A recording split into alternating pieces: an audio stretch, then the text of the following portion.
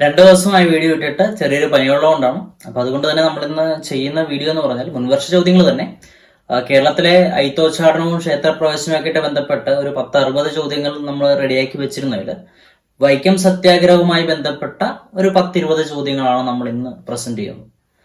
Actually അത് ഒറ്റ video ആയിട്ട് 60 ചോദ്യങ്ങൾ ഒറ്റ വീഡിയോ ആയിട്ട് ചെയ്യാൻ തന്നെയാണ് പ്ലാൻ ചെയ്തത്.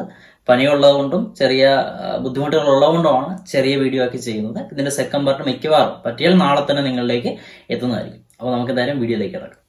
സോ നമ്മുടെ ആദ്യത്തെ ചോദ്യത്തിലേക്ക് കിടക്കാം.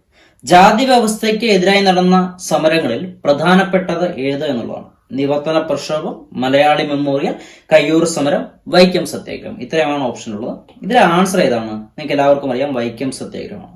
വൈക്കം സത്യാഗ്രഹം എന്ന് പറഞ്ഞാൽ വൈക്കം ക്ഷേത്രത്തിന് ചുറ്റുമുള്ള വഴിയിലൂടെ നടക്കുന്നതിനുള്ള സഞ്ചാരത്തിനുള്ള സ്വാതന്ത്ര്യവുമായി ബന്ധപ്പെട്ടുകൊണ്ട് ജാതി വ്യവസ്ഥയ്ക്കെതിരായി തന്നെ നടന്നൊരു സമരമാണെന്ത്? വൈക്കം സത്യാഗ്രഹം. വർഷം നമുക്കറിയാം 1924. നിവർത്തന പ്രക്ഷോഭം എന്ന് പറഞ്ഞു കഴിഞ്ഞാൽ 1932 ആണ്. 1932 നടക്കുന്ന ഒരു സമരമാണെന്ത്? നിവർത്തന പ്രക്ഷോഭം. ന്യൂനപക്ഷ വിഭാഗങ്ങൾക്ക് സംവരണം ലഭ്യമാക്കുന്നതിന് വേണ്ടി നടന്നൊരു സമരമാണെന്ത്? നിവർത്തന പ്രക്ഷോഭം. നിവർത്തന പ്രക്ഷോഭവുമായി ബന്ധപ്പെട്ട് പ്രസിദ്ധമായ കോഴഞ്ചേരി പ്രസംഗം നടത്തിയത് സി കേശവനാണ്.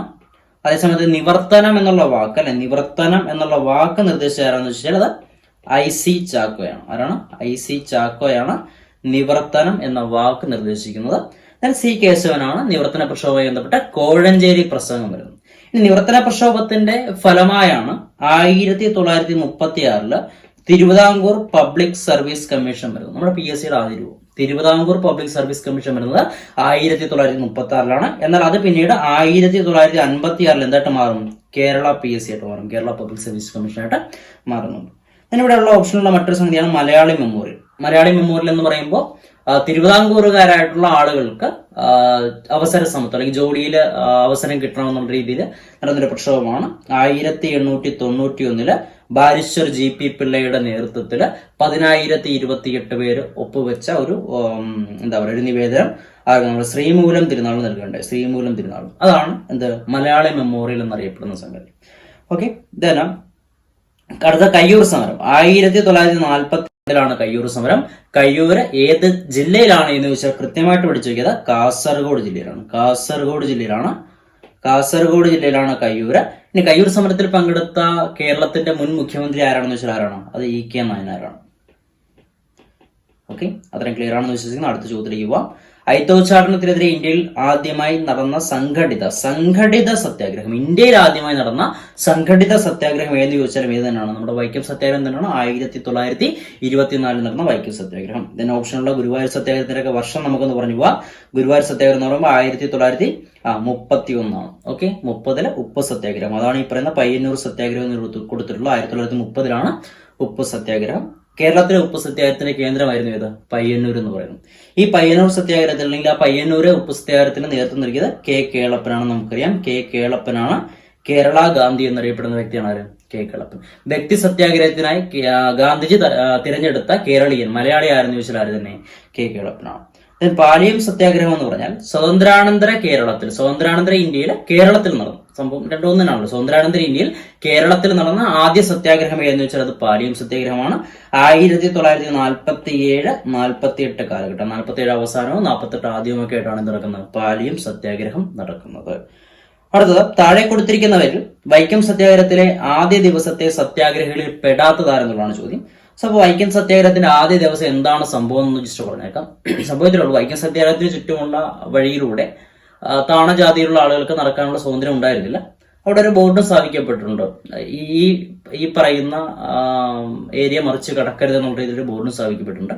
അപ്പൊ ആ ഒരു ബോർഡ് അല്ലെങ്കിൽ ആ ഒരു അതിർത്തി മുറിച്ച് കടക്കുക എന്നുള്ള ഉദ്ദേശത്തോടു കൂടി ഈഴവ, പുലയ, നായർ സമുദായത്തിൽപ്പെട്ട യുവാക്കളെ തിരഞ്ഞെടുത്ത് ഒരു ദിവസം 3 പേര് വെച്ച് ഈ പറയുന്ന ഏരിയ മുറിച്ച് അപ്പുറത്ത് കിടക്കണം. അതാണ് അവിടുത്തെ ആദ്യ സമയത്ത് ഈ സമര രീതി എന്ന് പറയുന്നത്.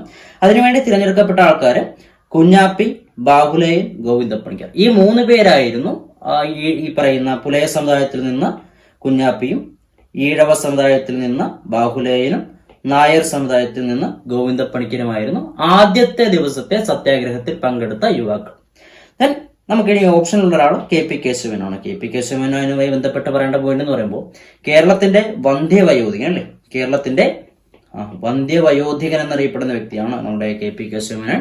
1923 മാതൃഭൂമി പത്രം സ്ഥാപിച്ചത് KP കേശവമേനോനാണ്. എന്താ ഗാന്ധിജിയുടെ യങ് ഇന്ത്യ പത്രമില്ലേ, ഗാന്ധിജിയുടെ യങ് ഇന്ത്യ പത്രത്തിന്റെ മാതൃകയിലാണ് എന്ത് വരുന്നത്, മാതൃഭൂമി പത്രം വരുന്ന സ്ഥാപകൻ KP കേശവമേനോൻ. അടുത്ത ചോദ്യം, വൈക്കം സത്യാഗ്രഹം ആരംഭിച്ച എന്നുള്ളതാണ്. വൈക്കം സത്യാഗ്രഹം ആരംഭിച്ചത് 1924 നമുക്കറിയാം.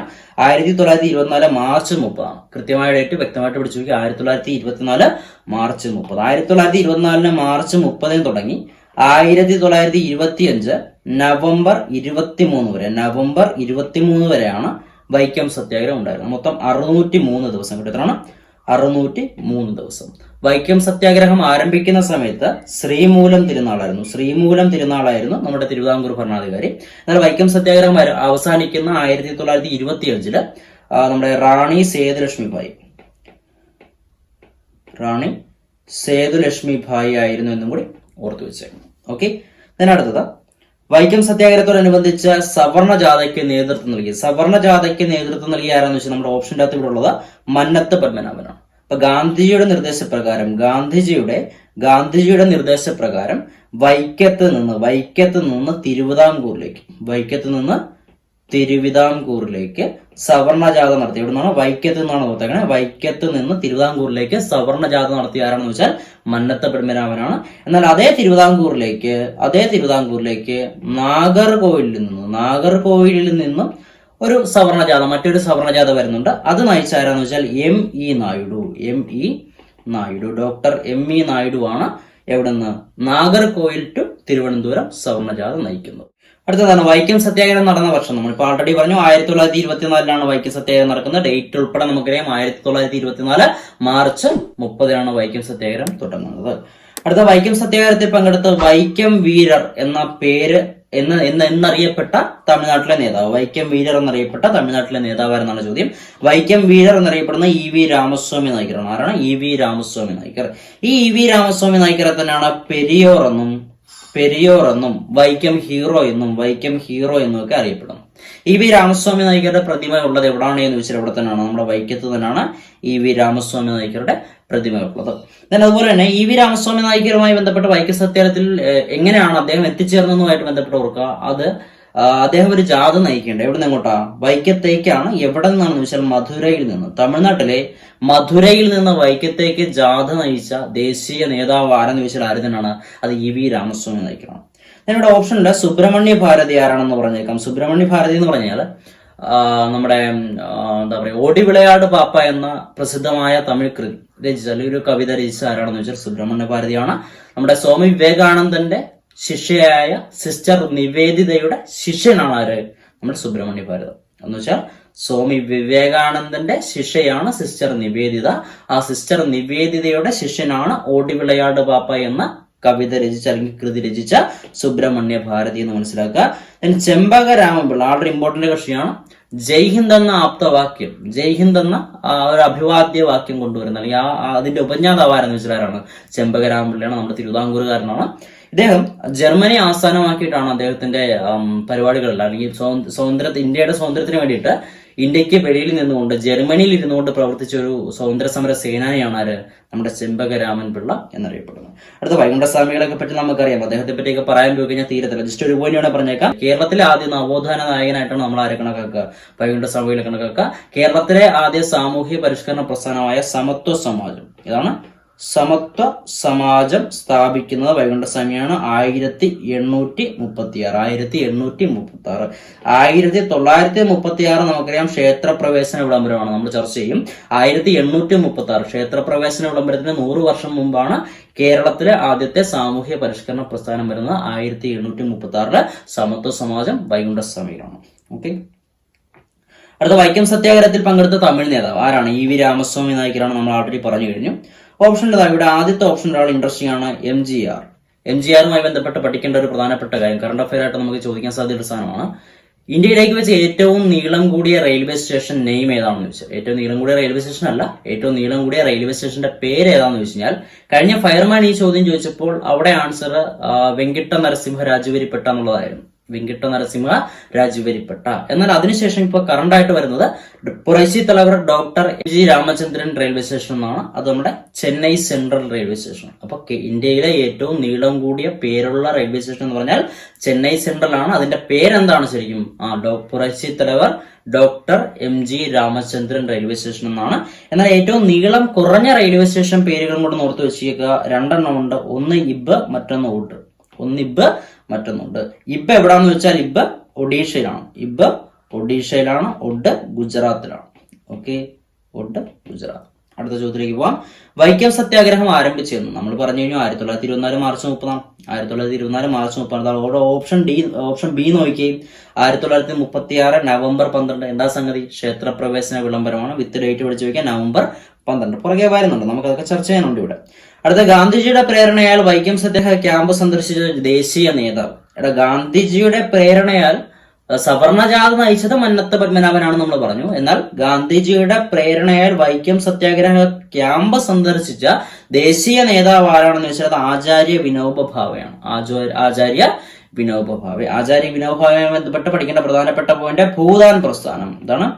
ഭൂദാൻ പ്രസ്ഥാനത്തിന്റെ ഉപജ്ഞാതാവ് ആരെന്ന് ചോദിച്ചാൽ അത് ആചാര്യ വിനോബ ഭാവെയാണ്. ബാക്കി ഓപ്ഷനിലുള്ള ആൾക്കാരൊക്കെ നമുക്ക് നല്ല പരിചയമുണ്ട്. ഇവരെ പറ്റിയൊക്കെ പറയാൻ പോയി കഴിഞ്ഞാൽ ഈ വീഡിയോ വേറെ വഴിക്ക് പോകും. അതുകൊണ്ട് ഞാൻ അങ്ങോട്ട് കടക്കുന്നില്ല. അടുത്ത 1924 മഹാത്മാഗാന്ധി വൈക്കം സന്ദർശിക്കുമ്പോൾ തിരുവിതാംകൂർ ഭരണാധികാരിയായിരുന്നത് ആരെന്നുള്ളതാണ്. ഓക്കെ, അതായത് 1924 വൈക്കം സത്യാഗ്രഹം സ്റ്റാർട്ട് ചെയ്യുന്നത്. അപ്പൊ ആരായിരുന്നു? അപ്പൊ ശ്രീമൂലം തിരുനാളായിരുന്നു നമ്മൾ പറഞ്ഞു. എന്നാൽ ഗാന്ധിജി വൈക്കം സന്ദർശിക്കുന്ന 1925.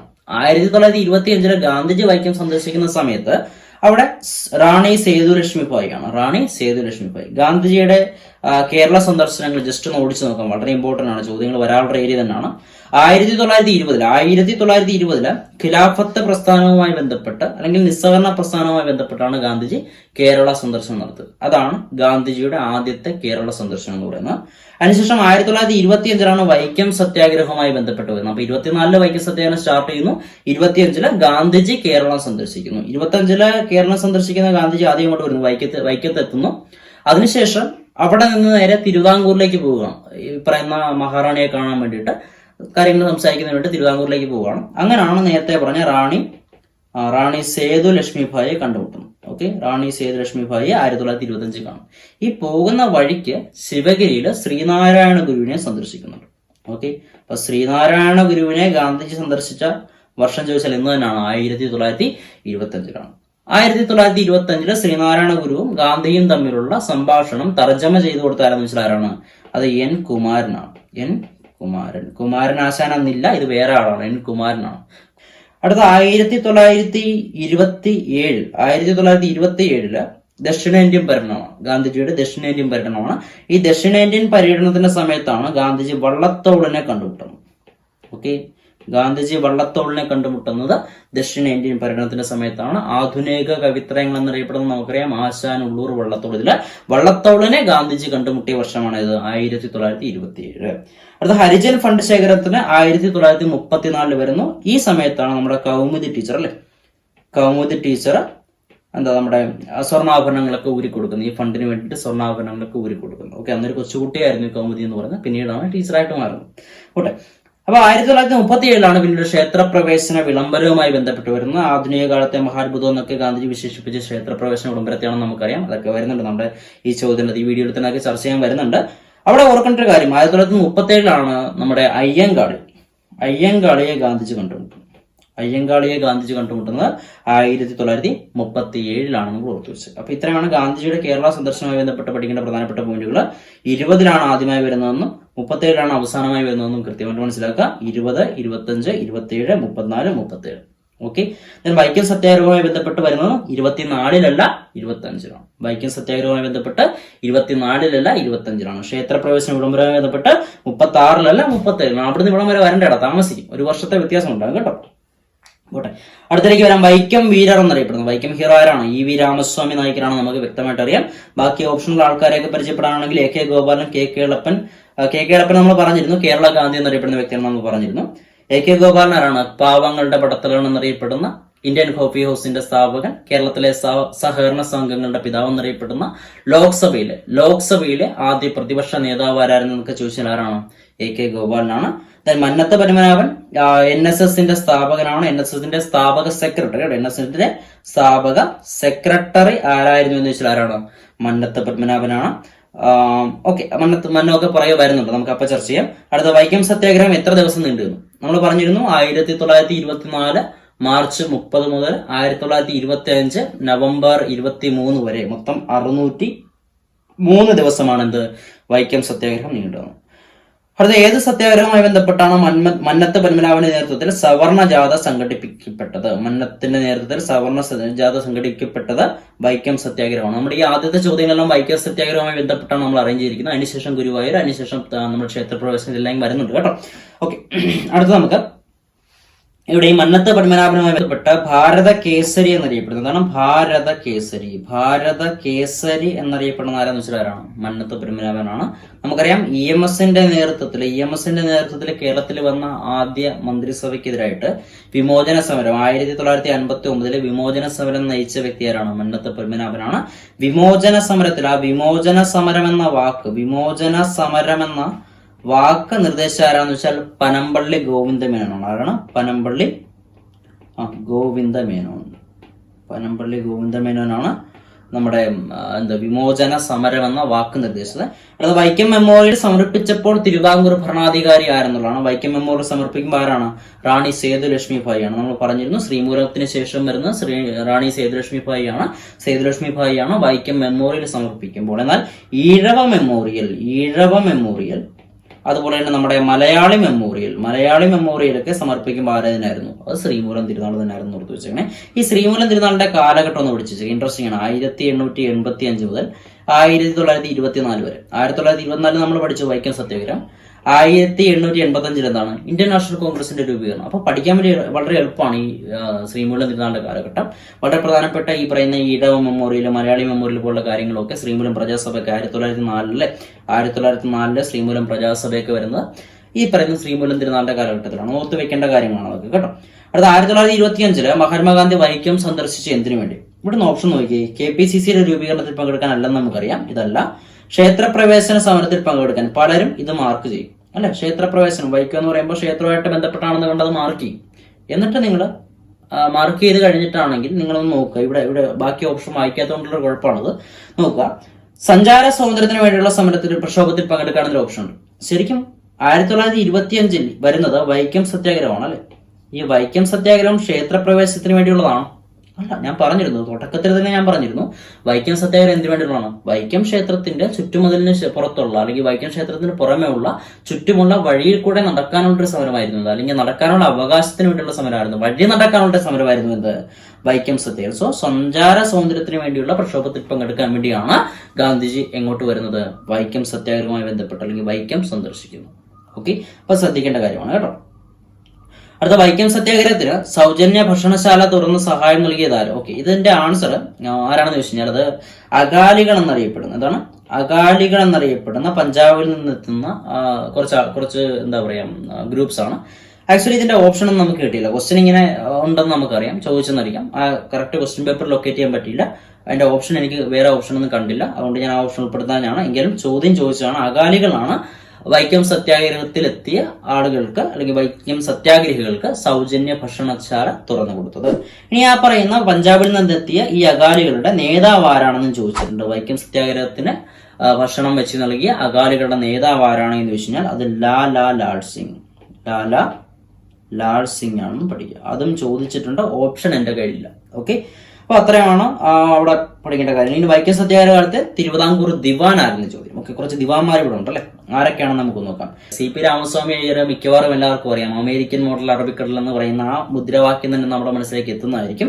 ആരാണ്? എപ്പോഴാണ്? പുന്നപ്ര വയലാർ സമരത്തിലാണ് അല്ലെ? പുന്നപ്ര വയലാർ സമര കാലഘട്ടത്തില് പുന്നപ്ര വയലാർ സമര കാലഘട്ടം. അതുപോലെ തന്നെ നമ്മുടെ ക്ഷേത്രപ്രവേശന വിളംബരം നടക്കുമ്പോൾ ക്ഷേത്രപ്രവേശനം ഈ സമയത്തൊക്കെ പുന്നപ്ര വയലാർ നമുക്കറിയാം 1946 ക്ഷേത്രപ്രവേശനം 1936. ഈ കാലഘട്ടത്തിലൊക്കെ ആരായിരുന്നു നമ്മുടെ തിരുവിതാംകൂർ ദിവാൻ എന്ന് വെച്ചാൽ CP രാമസ്വാമി അയ്യറാണ്. T രാഘവയ്യാണ് നമ്മുടെ വൈക്കം സത്യാഗ്രഹ കാലത്തെ തിരുവിതാംകൂർ ദിവാനായിരുന്നത്. Then P Rajagopalachari. P Rajagopalachari മനസ്സിലാക്കുക നമ്മുടെ സ്വദേശാഭിമാനി രാമകൃഷ്ണ പിള്ളയില്ലേ, രാമകൃഷ്ണ പിള്ള, ആ രാമകൃഷ്ണ പിള്ളയെ നാട് കടത്തിയ തിരുവിതാംകൂർ ദിവാൻ ആരെന്ന് വെച്ചാൽ പറയാ നമ്മുടെ പി രാജഗോപാലാചാരി പറയും.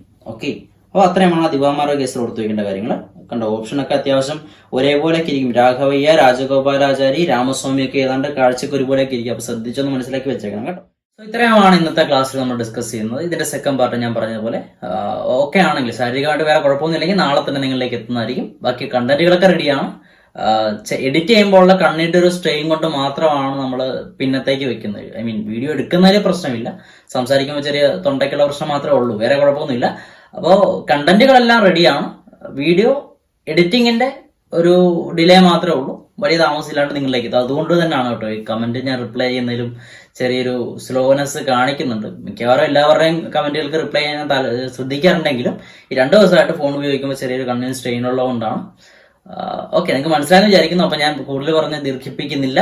അപ്പോൾ വീഡിയോ എല്ലാവർക്കും ഷെയർ ചെയ്ത് കൊടുക്കുക, എല്ലാവർക്കും യൂസ്ഫുൾ ആകട്ടെ. അപ്പൊ നമുക്ക് എന്തായാലും വീണ്ടും കാണാം. വീണ്ടും കാണുന്നവരെ ഗുഡ് ബൈ.